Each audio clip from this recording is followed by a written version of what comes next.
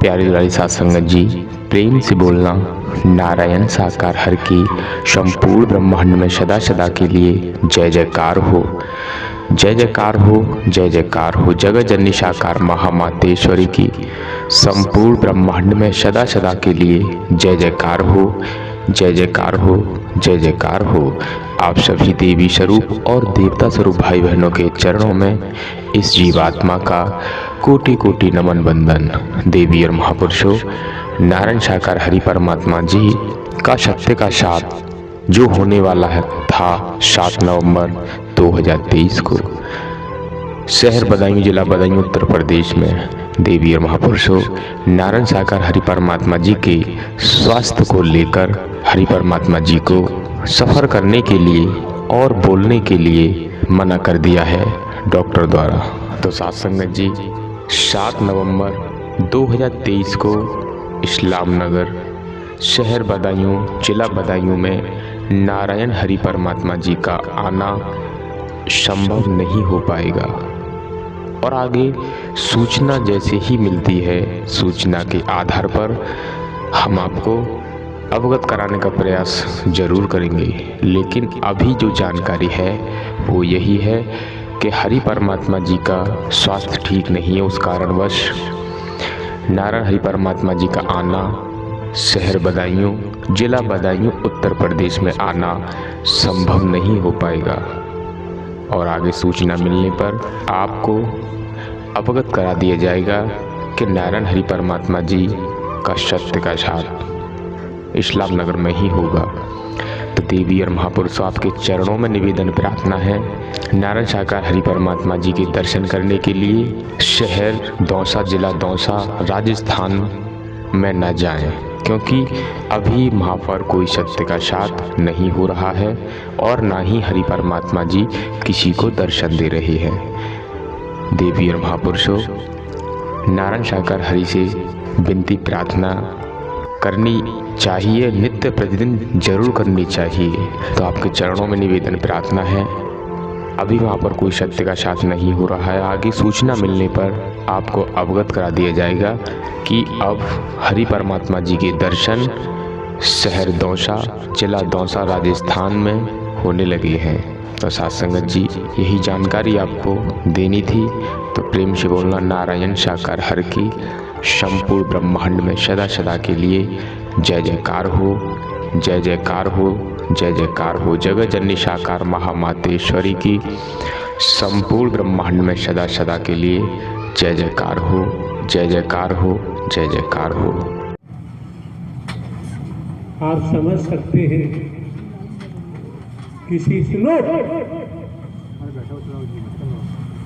किसी गद्दार को सेनापति नहीं बनाया जा सकता। ये दिमाग में रखें।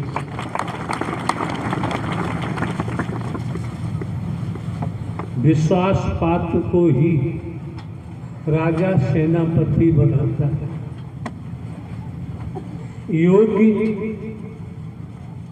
बुद्धिमान, बाहुबली, हर तरह से परिपूर्ण होता है जब सेनापति और मंत्री नियत किए जाते हैं। कि दिमाग में रखना चाहिए। यहाँ खड़े होके या बैठ के काम नहीं चलता है। सारी व्यवस्थाओं को अंजाम दिलवाइए।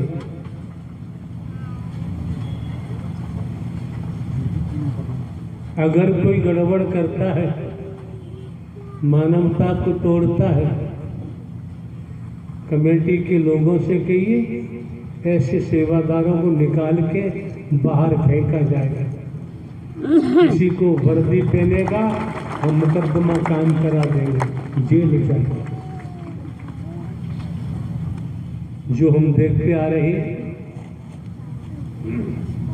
यहीं पर देखा है। ये कमेटी पहले सही काम करती थी, अब कमेटी के लोग बुज़दिल हो चुके हैं।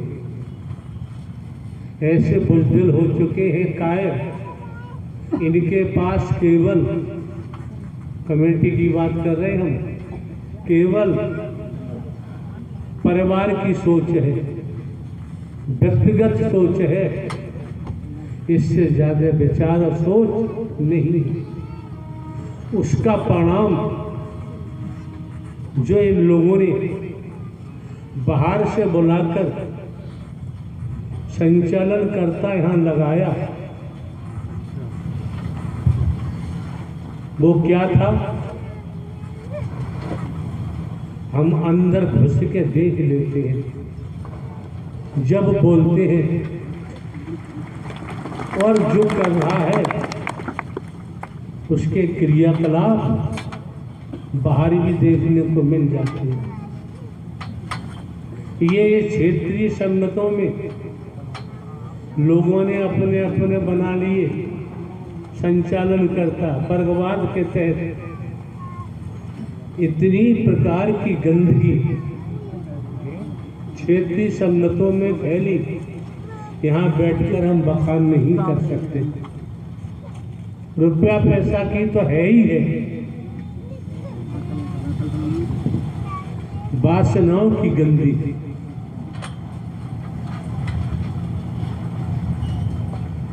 और ये नारायण साकार हरि का दर, हाथ के सच्चे लंगोट के पक्के, ईमानदारी निष्ठा का दर है। जब कमेटी के लोग इसी प्रकार के होंगे, संचालन करता भी ऐसा ही लगा दिया जाएगा जो क्यों कहना पड़ रहा है आपको बचाने के लिए, वैसे हमें कहने की जरूरत नहीं। क्यों? जैसे स्त्री पुरुषों का साथ करोगे श्रीमान जी वैसे ही बन जाओ। जहां वेदों शास्त्रों, समझो जरा, वेदों शास्त्रों पुराणों के मुताबिक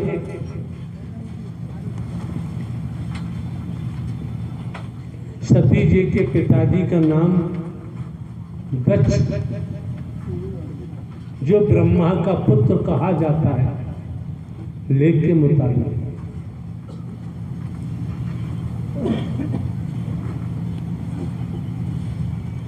राजा दक्ष ने रहस्य माना, हम रिजल्ट सामने रखे, यज्ञ किया, समस्त देवताओं को बुलावा भेजा, अपने दामाद शंकर को नहीं भेजा।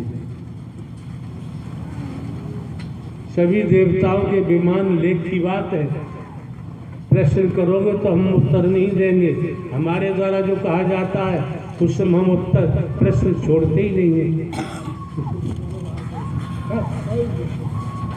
ये वर्दी पहने क्यों खड़ी रहती है जब तुमसे कोई काम नहीं होता? और सुन, तू हस्तक्षेप में इनसे क्यों भाव? वर्दी पहने खड़ी रहती है, जब तुमसे ये काम नहीं होता तो वर्दी पहनने की क्या जरूरत है? कि पहनती हो वर्दी? क्या हो सकता है? भैया बैठ जा यार, वर्दी पहने वर्दीदारे भाग जाओ सब यहाँ से, हमें किसी की जरूरत नहीं है। जो अपना काम ईमानदारी निष्ठा से कर नहीं सकता, उसकी यहाँ जरूरत क्या है? क्या हो सकता है?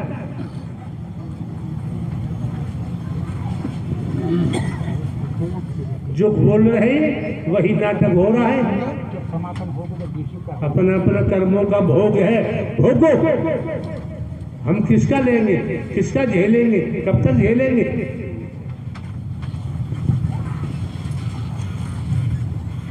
तो देवताओं के वाहन शंकर जी के प्रवास के ऊपर से जा रहे हैं। सती जी ने पूछा कि नाथ ये देवता लोग कहाँ जा रहे हैं? शंकर जी ने कहा आपके पिताजी ने यज्ञ किया है, यज्ञ कर रहे हैं, सबको न्योता मिला है, ये सब आपके पिताजी के यज्ञ में जा रहे हैं। सती जी ने कहा कि आप नहीं चलेंगे। शंकर जी ने कहा कि आपके पिताजी ने तुम्हें न्योता भेजा है? नहीं, मेरे पास भी नहीं आया है। तो बिना न्योता के कैसे जाए? शंकर जी ने बहुत मना किया। हम बच्चन का खेल ला रहे हैं, मानो मत आओ च मत आओ, अपनी सेहत पे क्या फर्क पड़ना है। शंकर जी ने सती जी से बहुत मना किया। सती जी ने हट कर ली।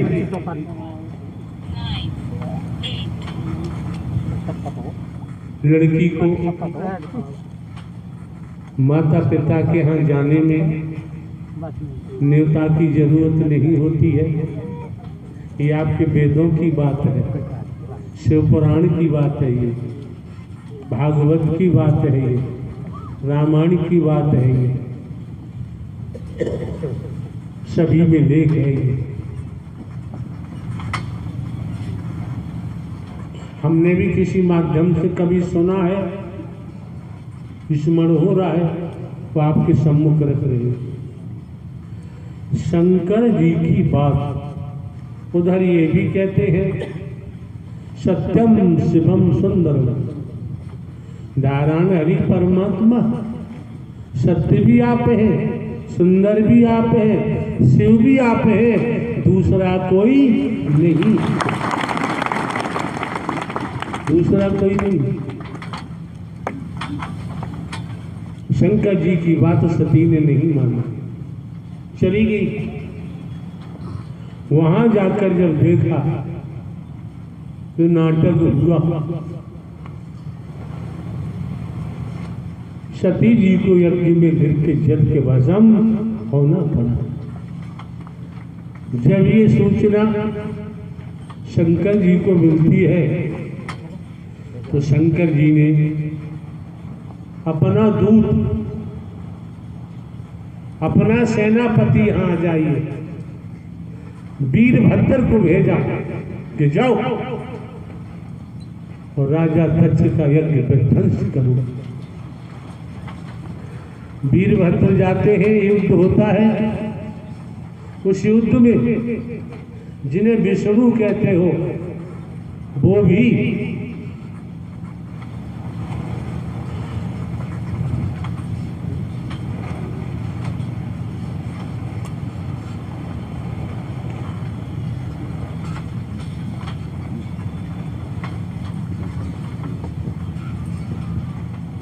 जिन्हें विष्णु के नाम से जानते हैं, वो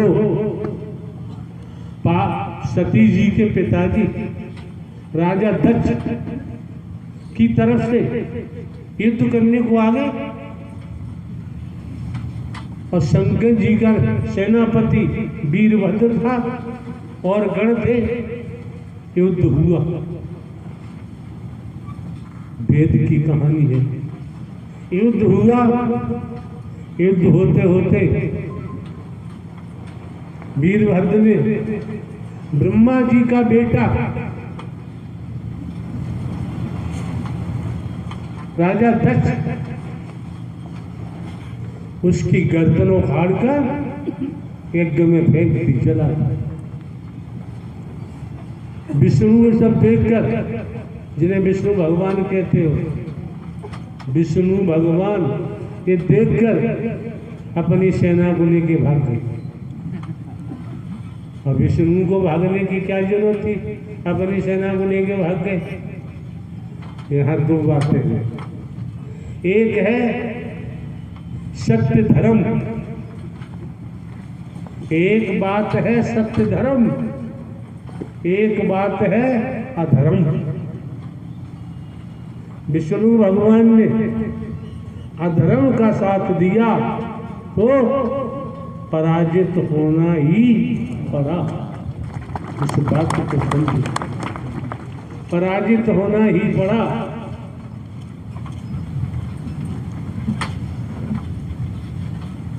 कितने किस्सा कहानी है वैदिक काल के इतिहास में, लेकिन वर्तमान की स्थिति और भयावह है। हम अतीत के किस्सा कहानी में तो संलिप्त रहते हैं, वर्तमान को समझने के लिए तैयार नहीं। तो इस कमेटी ने धोखा किया हमारे साथ। ऐसे आदमी को यहां संचालन में लगाया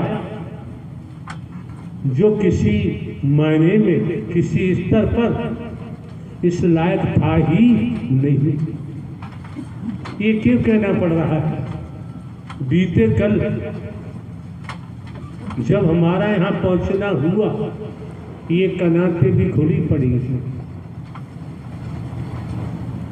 कहीं लज्जा नहीं लग रही कमेटी के लोगों को? डूब के मर जाओ और भोगना पड़ेगा, किसी न किसी रूप में भोगना पड़ेगा। अधर्मियों को इकट्ठा करते हो, अधर्मियों को लगाते हो और संगत के बीच में ऐसे लोगों को बैठाता था, संचालन करता।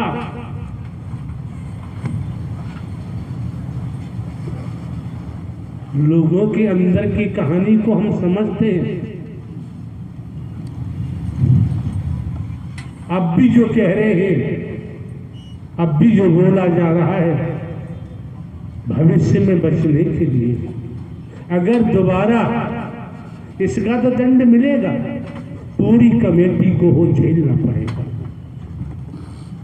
कार्यकर्ताओं को झेलना पड़ेगा।